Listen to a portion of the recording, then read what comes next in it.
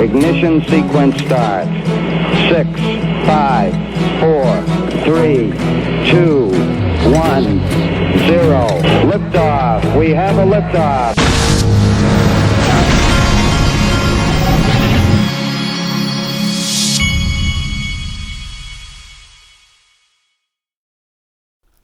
Hey everybody, this is the Digital Asset Investor, and I am way behind schedule today. I went this morning and bought a camper, like a camper that you go camping in from someone, because I have never really gotten my kids into going to camp out and have a place where they can camp out and fish and those types of things. And I finally decided I would go and do it because I got one kid in high school now, and I don't want him to not have a place to go for high school. Got an 8-year-old, and he just needs to learn how to hunt and fish, and so I am working on it. So today, that is put in motion. All right, now I called it. Bet this one is approved first. Goldman Sachs has filed for a Bitcoin ETF. Goldman Sachs has filed details with the U.S. Securities Exchange Commission regarding an exchange-traded fund capable of investing in Bitcoin. I told you a long time ago, we've been hearing about this potential of a Bitcoin ETF probably for 2+ years now, and we've heard about the VanEck applying for an ETF, and I think the Winklevoss brothers have applied for it. And as my father, the official father of the Digital Asset Investor channel, has always said, nothing happens without Goldman Sachs and JP Morgan getting theirs. This is Goldman Sachs getting theirs. And my money is on the fact that it will be a Goldman Sachs or a JP Morgan type who gets the approval first. And I even predicted it would be out of nowhere. This is out of nowhere. They're applying, and write it down. Goldman will be one of the first to get one because they got to get paid before anybody. They're in the club. Michelle Vandenberg, by the way, Jay, just to make that drive that point further, Jay Clayton, who just left the SEC, was with Goldman Sachs, and Gary Gensler, who's coming in to the SEC, was also at Goldman Sachs. Go figure. I've told you before, it's like a revolving door. It's like one of those revolving doors when you go into a hotel. That's Goldman Sachs, SEC, the Fed, JP Morgan, all of them, all the big boys, that they call them white shoe boys, I think. All those guys that are in the club, they make the laws, they do everything, they run the show, and they will be one of the first to get the ETF, period. Now, speaking of naive, well, there's actually a worse word for it. I'm going to scroll down. This made me laugh. This is from Wizard of Oz, If I Only Had a Brain. And it's referring to this video right here. Mr. Hank, you talked about superior forms of cryptocurrencies that would one day dethrone Bitcoin and drive its price down. Do these currencies already exist? Are there alternative coins out there that you see fitting this definition? No. There is no superior form currently that is more superior than Bitcoin, that is more predictable, that is verifiable. Actually, Dr. Hanke was talking about the potentially creating a currency board that is more superior than Bitcoin, maybe pegging against gold. How verifiable is that?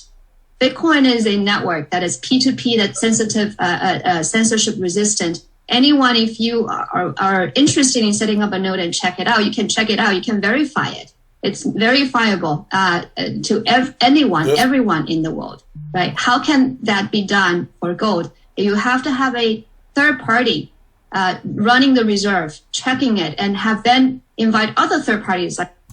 This poor girl knows nothing about, she has no idea what she's talking about.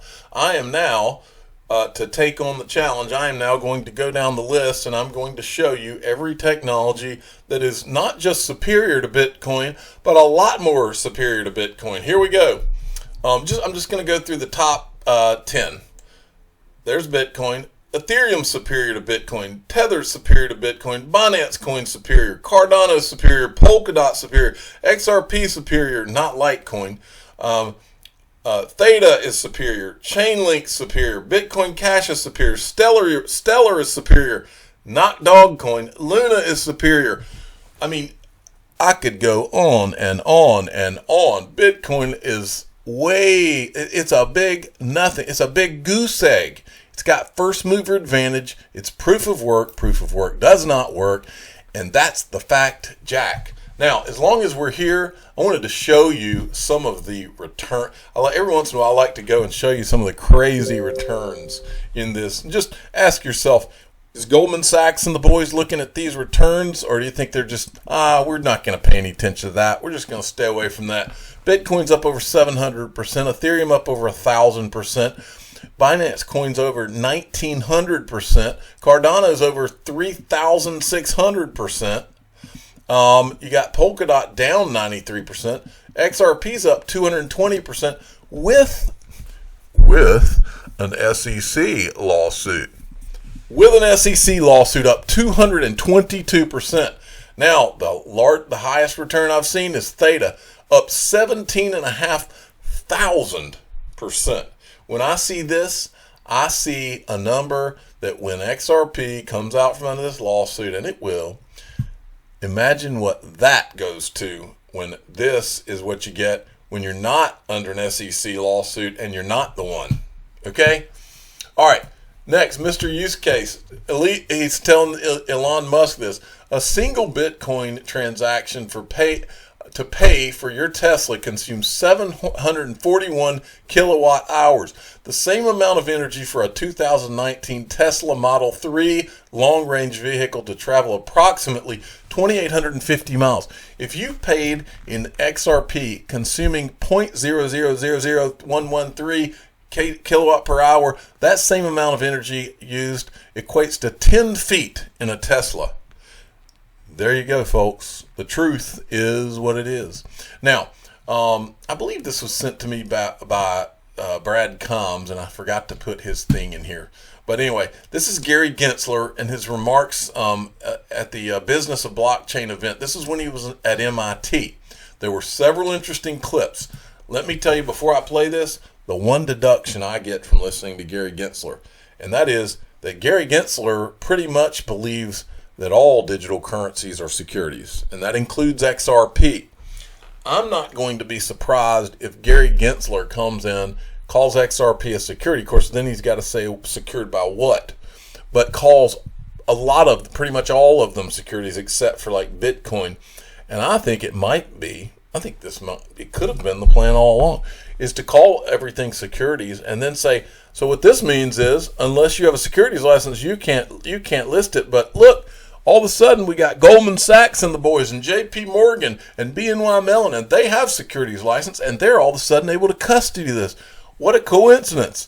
Now you can just put all of them over there, and we'll give you 30 days to transfer all of your assets, these valuable crypto assets that now have the green light, to just transfer them over to BNY Mellon, transfer them to Goldman Sachs, transfer them to the people that are supposed to make all the money anyway. That is one scenario. All right, moving along. Uphold, it's quiz time. Which crypto has been used most in the Uphold debit card in 2021? XRP, 79%. Now, I want you to watch this. This is Augustin Karstens, the guy that runs the BIS from CNBC. Any dominance of cyber currencies. They're new, they're innovative, they're serving a purpose more than anything, particular cyber currencies as a speculative vehicle. It helps, you could claim that it helps diversification and so on, but they really do not have made any inroads in terms of working as money. Stable coins also have some limited applications, and they have their own role for very specific purposes. Therefore, I don't see any challenge, I would say, to sovereign money coming from these privately used currencies. Do you think there needs to be more regulation in the private cryptocurrency space, though? Yeah, because to a large extent, they're used to do some arbitrage. or to circumvent some regulations. I mean, AML-CFT, for example, is completely, well, it's quite absent in many applications of some cyber currencies. There are aspects also of reliability of the systems. In terms of investor protection, I think that we need to move forward. Also, some stable coins, if they were going to be applied massively, the issue of what is backing those currencies is of the essence. And we have many episodes in the history of finance where something that is supposed to be completely backed, at the end, it doesn't end up being fully backed. Therefore, I think, yes, we need to work on regulation so that these instruments are fit for purpose. Well, going back to the subject of central bank digital currencies, there are many central banks out there looking and evaluating the benefits of introducing one. China have already started a pilot scheme of the e-yuan. Do you think it matters which central bank gets to issue a central bank digital currency first? Is there a war in terms of timing going on? I don't think so. I mean, I think this is, let's have this very clear. A central bank will issue central bank digital currencies, in particular for retail purposes, if it makes sense for their domestic economy. Obviously, we need to think about the international ramifications of this. We need to make sure that we can put together a network of convertible CBDCs and that this helps us for cross-border payments. But initially, a central bank will make up a decision if it makes sense or not for their own purposes. Okay, there you go. And guess who's been working on CBDCs? This is a tweet from Ripple today. The holistic approach to interoperability and regulations can determine how CBDCs transform global payments. Check out our blog to find out the winning equation. That's an article from back a while back, I think. And finally, I wanted to show you this from Crypto Bull. The media is grabbing hold of this whole narrative. So it's time for the big question. Will we see XRP back on Relist XRP. Well, the XRP community is already celebrating, as an initial hearing with Judge Sarah Natbin in the SEC versus Ripple actually leaned towards the XRP platform. Indirectly, one of the SEC attorneys actually said that only Ripple and affiliates of Ripple are accused of illegally selling XRP, implying that anyone else is not a Ripple affiliate is exempt from the accusations. This includes the exchanges that delisted Ripple. And the next point is an interesting one. In the hearing, Magistrate Judge Sarah Natbin actually said, "My understanding about XRP is that not only does it have a currency value, but it also has a utility, and that utility distinguishes it from Bitcoin and Ether." The XRP defense replies that Bitcoin and Ether do also have their own use cases, but that the utility of XRP is undeniable. The XRP team also gave an example of cross-border bank transfers. But with the currencies and securities being two different things, the SEC argument that Ripple is a security actually may be losing its credibility with the judge. And in regards to the utility, that's the point that Ripple has been making this whole time. The judge also questioned the SEC attorney. The judge asked whether everyone who sold XRP were selling illegal securities or not, to which the SEC lawyer said no, under Section 4, only Ripple and the affiliates of Ripple can have sold XRP illegally. So this statement from the SEC lawyer clears the way for the cryptocurrency exchanges in the United States to relist XRP again, and with no fear of reprisal. So how do you think the market is going to react to the relisting? Are you bullish or bearish? Drop a comment with your... Well, there you go.